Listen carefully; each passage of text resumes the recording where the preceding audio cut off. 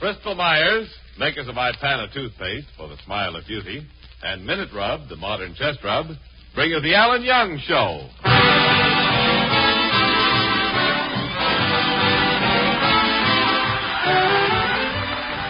Well, it's Friday night. And once again, we take it to the little white cottage in Van Nuys, California, where we find the star of our show. That young man who was young today and young forever, Alan Young.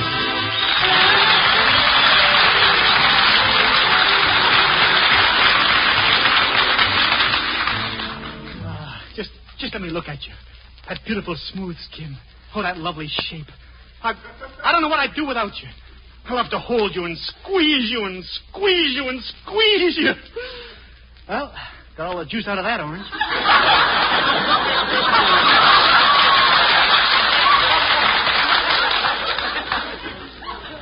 Gee, look what time it is, and Jonathan isn't even up yet. That ham actor sleeps all day. I'll go in right now and wake him up. Look at him sleeping there. Probably dreaming about Shakespeare. Oh, Juliet, Juliet, how fair thou look'st in my balcony. Balcony. Wouldst that I were up there with you instead of waiting here below. There you are up there, whilst I must wait down here. I'll tickle the bottom of his feet. Juliet, what long arms you have. Come on, Jonathan, wake up here. Oh, Alan, go away. I had a miserable night. Huh? Those nasty brats in the neighborhood waking me at 5 this morning. Jonathan, you're always complaining about those kids. But I'm right to complain, Alan. Last night as I walked up the street, they removed the manhole cover. Huh? And in a flash, Jonathan Milieu joined the Vanishing American. Jonathan, they don't mean any harm. Ah, those insufferable brats. There's always one of them outside my window when I rehearse my Shakespearean speeches. Why should that upset you? Upset me? I'll show you what happens, lad. I'll raise the window. Yeah. Now, listen. A rose by any other name would smell as sweet. A rose of... Shut up, you stinkweed! I did it again, my lad. Oh, he's just having some fun, Jonathan. Come on. Breakfast is ready. Let's go and eat, huh? Nasty little monster. Forget it, Jonathan. Here, I just brought the milk in. Have a glass of milk. All right, Alan, the lad.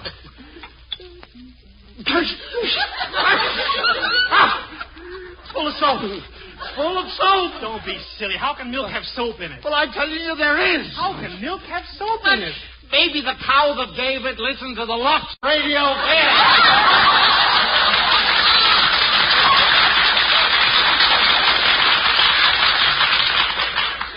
Those nasty brats again. They slipped some soap into our milk. Oh, forget it. All kids play tricks. I remember when I was a kid back at my father's farm, I once fed a bottle of beer to a chicken. You fed a bottle of beer to a chicken? Yeah. Next day, she didn't lay eggs the regular way. She just stood there and hiccuped them out. Well, it's easy for you to take it so lightly, lad. Nothing's happened to you. It wouldn't make any difference if it did. Let them play their little tricks. Well, it's the mailman. Let's see if he left anything in our box, huh? Good morning, Mr. Young. Oh, little Herman Johnson. Hello, Herman. Mr. Young, there's some mail in your box. Oh, thank you. Nice kid. I'll just put my hand in the mailbox and we'll see. A mousetrap. I got a mousetrap in my hand. Well, that's where it belongs, you big hunk of cheese.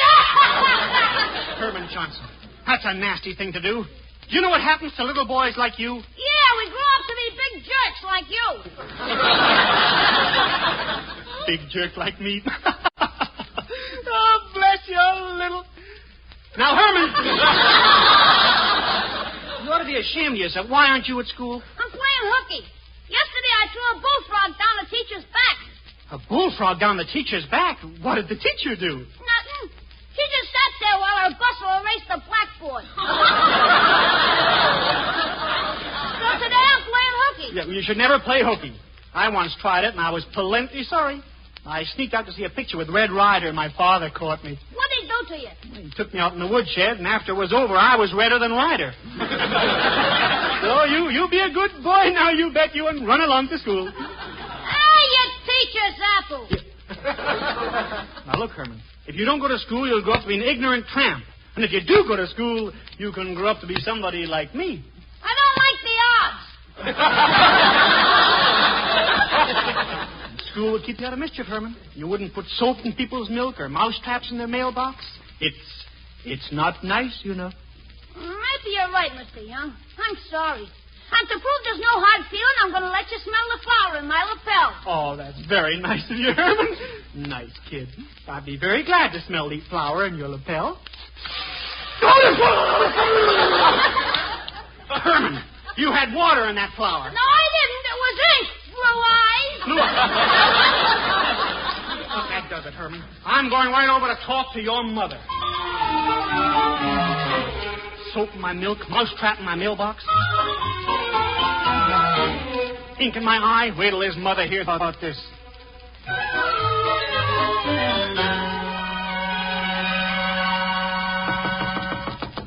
Wonder how Mrs. Johnson had a kid like Herman. She's such a nice woman. Well, Alan Young, come in. Oh, thank you. Anything I can do for you, Alan? Yes, Mrs. Johnson, it's about your son, Herman. Oh, has Herman been up to some mischief again? I try to keep an eye on him, Alan, but... Home a skunk. Alan, you brought home a skunk. Yeah, when I walked in, my mother said to my father, never mind the door, open the windows, Richard.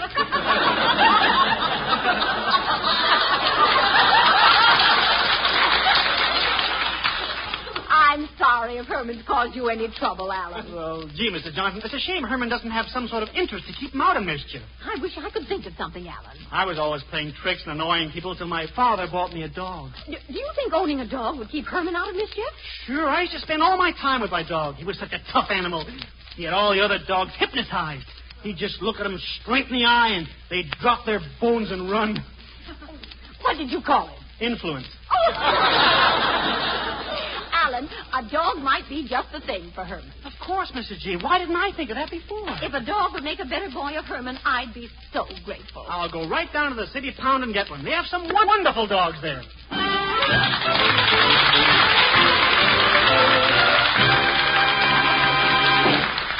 Friends, this is Jimmy Wallington. Here's something that can prove very helpful to you. Listen. Dentists prefer Ipana toothpaste 2-to-1 over any other dentifrice for their own personal use, according to a nationwide survey. So, friends, why don't you, too, discover what makes Ipana so popular with the dentists themselves? See how Ipana can help your teeth, help your smile to a brightness and loveliness you never thought possible. Try Ipana this easy way. Every time you brush your teeth, put a little extra Ipana on your brush or fingertip and gently massage your gums. Ask your dentist. That same national survey showed that 7 out of 10 dentists recommend gum massage. Be sure it's Ipana you use on your gums. For Ipana is especially designed not only to clean your teeth, but a gentle massage to aid in the health of your gums. And firm, healthy gums are so important to sounder, brighter teeth, to that more sparkling smile. So try Ipana and massage for your smile of beauty.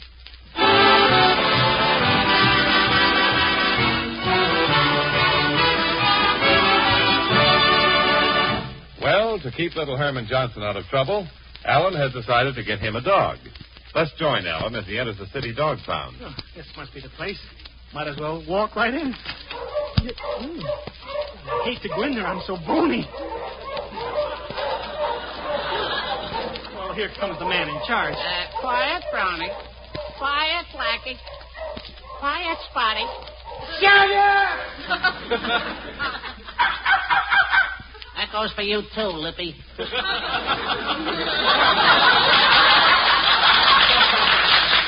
Pardon me, are you in charge of these dogs? No, I'm just opening this can of Red Hot because it's Valentine's Day. Charge of the dog. Yeah, well, I'm interested in getting a dog. You seem to have quite a selection here. Oh, yeah, I got plenty of dogs. Been around these dogs so much, I'm beginning to feel like one. Yeah, well, I wanted to get... getting to be just like a dog, just like a dog. No. Go on, feel my nose. It's cold and damp. Yeah. Well, I had no idea this job could affect you like this. I feel just like a dog. When I walk home at night, all the neighbors laugh at me. Well, why don't you laugh right back at them? And drop the newspaper out of my mouth? Well, look, I'd like to get a dog. Would you please show me some that are available? Well, follow me to the kennels. They're right back here. Yeah. Gee, what a lot of dogs. Yeah, all kinds of dogs. Say, there's a cute little dog over there. Certainly has a lot of hair on him. Can't even see his face. Oh, I'm standing at the wrong end. Come here, boy. What's his name? Gladys.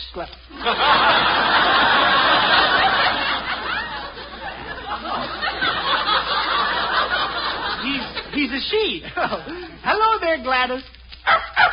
Oh. Would you like to go home with me? Oh, that's swell, Gladys.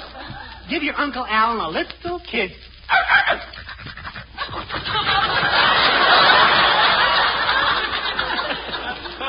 Kind of cools you off, doesn't it?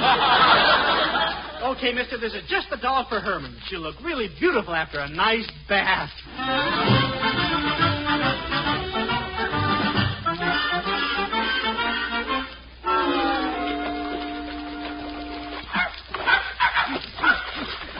The whole bathroom is getting wet. Me lad, scrub the ears a bit more, huh? And soap up the chest. Use that brush a bit stronger on the back. There, that's better. Now, just the neck, me lad. There, that does it. Okay, Jonathan. Now, you get out of the tub and put the dog in. Come on now, Gladys. You get into the tub. No, come on, Gladys. Get into the tub. You're getting into that tub just as sure as you're a dog.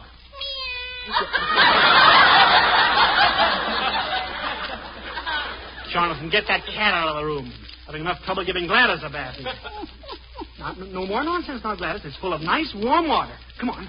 Let me put you in. In you go.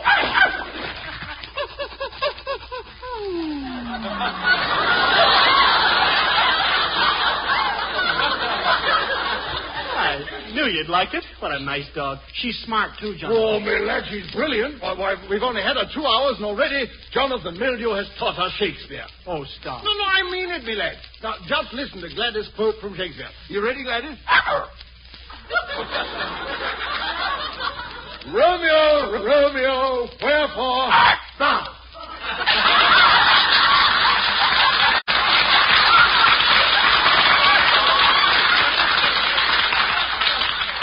Me lad, she's the cleverest dog I've ever seen. Yeah. Oh, there's the phone. Well, I'll get it, man. All right. Thanks a lot. You have the great Jonathan Mildew on the wire. Oh, hello, Jonathan. I'd like to speak to Alan. Oh, Dolores. Well, you've called at the most inopportune moment, my dear. Alan's quite busy in the other room. He's scrubbing Gladys' back. Scrubbing Gladys' back? Well, why not? First he scrubbed her legs, and then he... Hello? Hello? Hello? Strange, Dolores hung up. Well, ordinary man can never understand woman. Who was it, Jonathan? Dolores Darling, my boy. I told her you were busy. Oh, I told her about our date. It's Valentine's Day, you know. Well, I'll call her later. You know, that bath did wonders for Gladys. Just look at her coat shine. Yeah. Here comes that filthy rich updike. Better see what he wants. Wonder what Hubert wants to show off about today. Well, Alan, I'm here. Come turn out my wicks, for I'm the old lamplighter.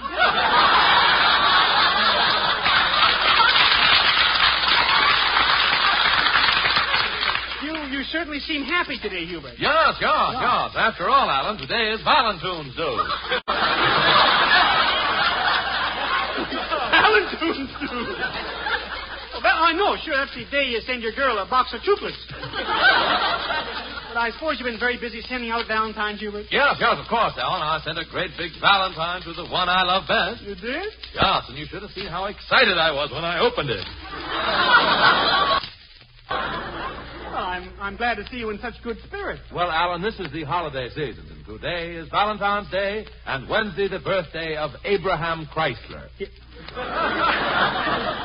Chrysler? Don't be silly. It's Lincoln. Dear old Dad insists on fluid drive.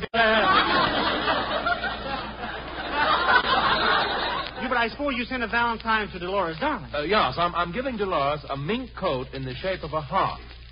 Well, that's nothing at all, Hubert. Why, this morning my uncle gave my aunt a Buick in the shape of a heart. A Buick in the shape of a heart? Did he have it made up special? No, he got caught between two women drivers. Tell me, what are you giving Dolores, Allen? Well, I haven't had much time to think about it, Hubert. I've been too busy doing a favor for a little boy in the neighborhood. Ooh, how democratic. Why, we Updikes have no use for children. In fact, there's never been a child in our family. Ridiculous. Look, you were born, weren't you? Me born? But that's so common. Hubert, where did you come from? Saks Fifth Avenue. Oh. Saks Fifth Avenue? How come the stork didn't bring you? Mother wouldn't accept anything that wasn't gift wrapped. Oh. Anyway, Hubert, I'm trying to turn this little boy into a gentleman. Alan, I've always been a gentleman, even when I was a little boy. Didn't you ever play any rough games? Oh, no, Alan. My favorite game was spin the safe deposit box. You mean spin the bottle? But I made out so much better with the girls out there. Anyway, I'm trying to keep this little boy out of mischief, so I think... Heavens, Alan, your canary has a cold. But that's not a canary. Don't you recognize that sound? Oh, Mother, call up MGM. Lassie came home tonight. Hubert, it happens to be a dog I picked up at the kennels today. I'll call her in. Yeah, atta girl, Gladys. Come over here. Atta girl. Now give your Uncle Hubert a great big kiss. Ooh, how vulgar. Now, please, dog, please, you'll have to leave the room. Don't you like dogs, Hubert? Well, I do, Alan. I've got all sorts of dogs at my kennel. I suppose you think everything you have is the best. Well, it is, Alan. I have one bloodhound who can track down anybody once he gets on the dollar bill. Dollar bill? So you mean once he gets on the cent? Even our dogs don't bother with small change. Hubert, you and your money. Oh, it's Dolores. Come in, Dolores. Alan Young, is Gladys still in this house? Gladys? Well, of course Gladys is. You wouldn't expect her to leave right after I gave her a bath. Alan, how could you? Well, it wasn't easy. She kept jumping out of the tub. She what? I just met her this morning, too. She's so cute. You should see the happy look on her face when I scratch her stomach. Oh, Alan, this is awful. Ah, she thinks Gladys is a woman. Now's my chance to do some dirty work.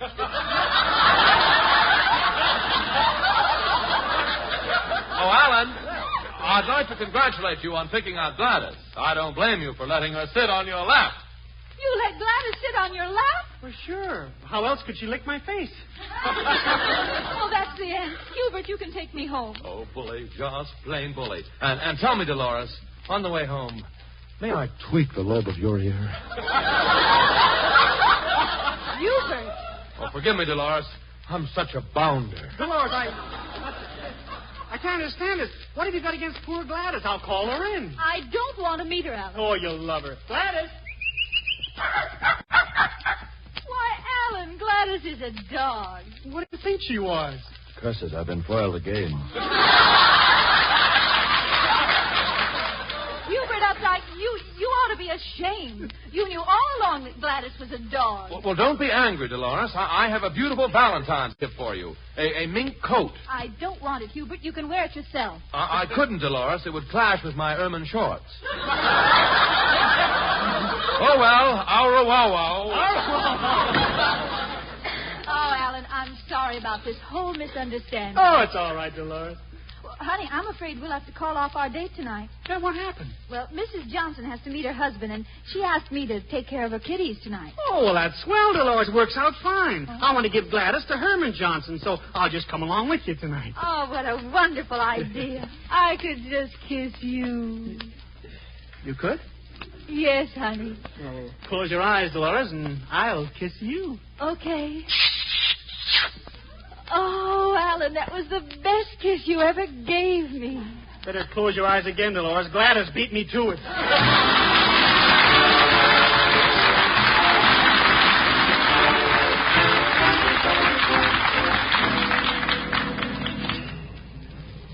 No, If is a hound, you gotta quit kicking my dog around. Oh, Charlie. How's the dog pound? Oh, not so good, Mr. Wallington. I only had one customer today. Nice young fella, Alan Young. Yes. Come in to buy a dog for his neighbor's kid. Well, Alan's always doing something nice for somebody. Yeah, that's a great idea. Giving a kid a dog keeps him out of mischief. You like dogs, don't you, Oh, Charlie? yeah. Happiest time of my life was in the mountains when I had the job of filling those flasks on St. Bernard's. In the snow, eh? Yeah. Say, that's cold work. Yeah, and would you believe it? In spite of those flasks, I caught a cold a couple of times, too. A cold? What did you do for it? Do for it? Nothing. What did it ever do for me? Well, you would have done something for yourself if you had used Minute Rub. Why, you would have had relief from your cold discomforts and fast. For it's a fact, friends. Minute Rub works amazingly fast in giving you relief from the miseries accompanying a cold. And all you have to do is rub Minute Rub on the throat, chest, and back. In a minute, Minute Rub's soothing menthol vapors begin to clear that stuffed-up feeling in your nose and throat. In a minute, Minute Rub starts to bring a feeling of warmth and relief to those tight, sore, aching muscles. And listen, here at last is a chest rub that's greaseless and stainless. This appears like vanishing cream and can't stain clothes or bed linen. So get a tube of Minute Rub and get relief from that annoying cold misery the modern way, the greaseless, stainless Minute Rub way.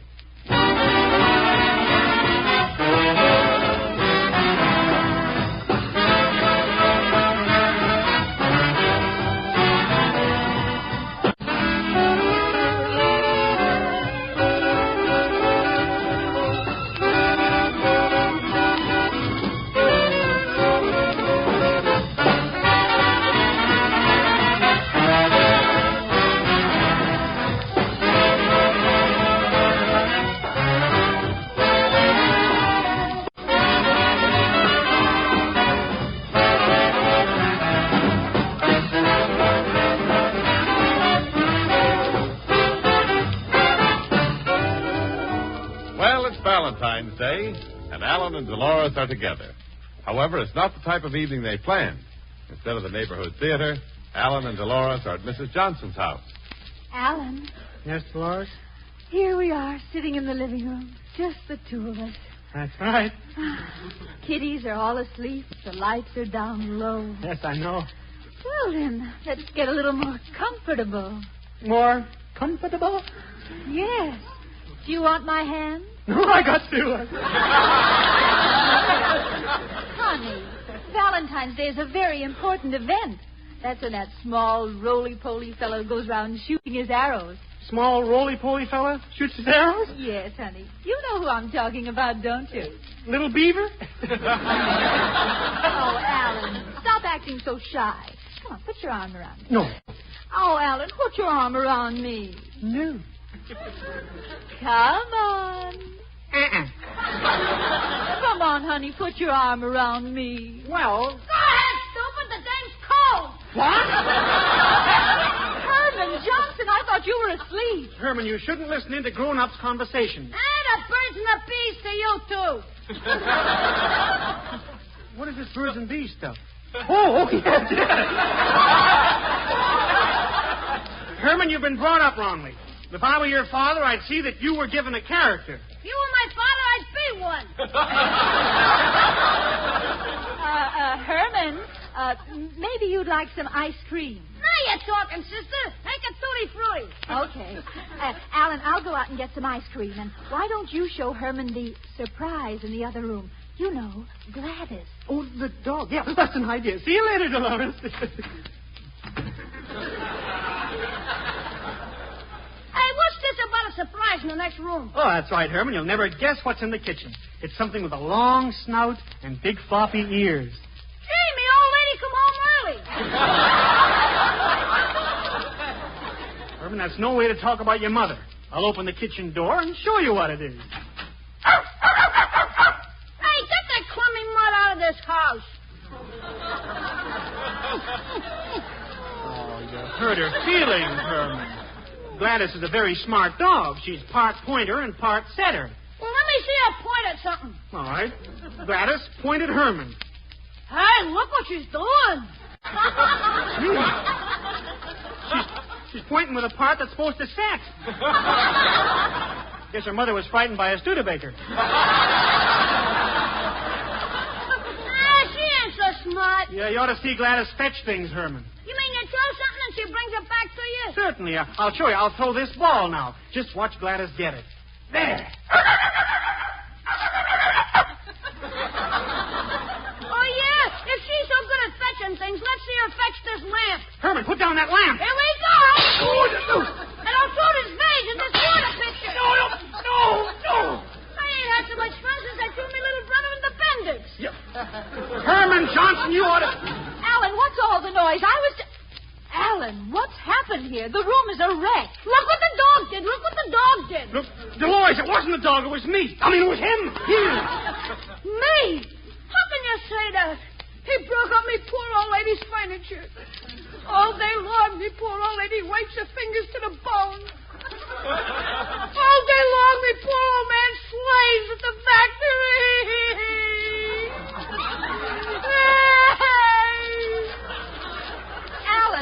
Alan, how could you wreck a whole house in 10 minutes?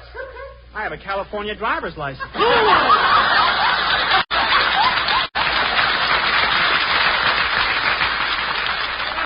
I didn't do it. Herman, just for that, you're not getting Gladys. She was supposed to be a present for you, but you don't deserve her. You mean Gladys was supposed to be my dog? That's right, but now you cannot have her. Gee, I didn't know it was my dog. I can take care of a dog, Mr. Young. Give me another chance. Well, I don't know. What do you say, Gladys? Oh. Okay, Herman. You take good care of her, and she'll keep you out of mischief. Thanks, Mr. Young. Oh, Alan, that was a wonderful idea, that dog. And you know what? What? You deserve a great big kiss. I do? Well, close your eyes, Dolores. Okay, honey. Oh, Alan, that was wonderful. You better close them again, Dolores. This time Herman beat me to it.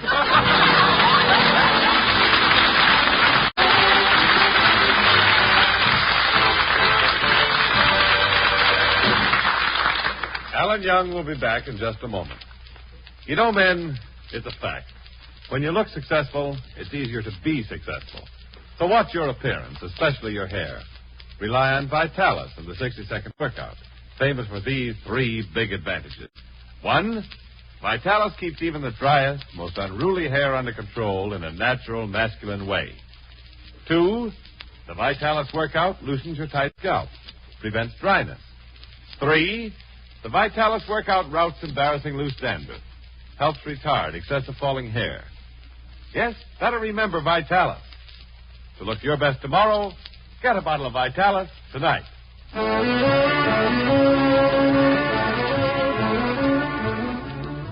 The Alan Young Show is written by Al Schwartz and Sherwood Schwartz. The part of Hubert Updike is played by Jim Backus. And if you have a half hour next Wednesday, listen to Duffy's Tavern over most of these stations. Now here's Alan Young again. Thanks, Jimmy. Friends, during the week, please remember the 2 fine products that bring you this show. Ipana for the smile of beauty and Minute Rub, the modern chest rub. Ipana, Minute Rub. Until next weekend, this is Alan Young saying good night.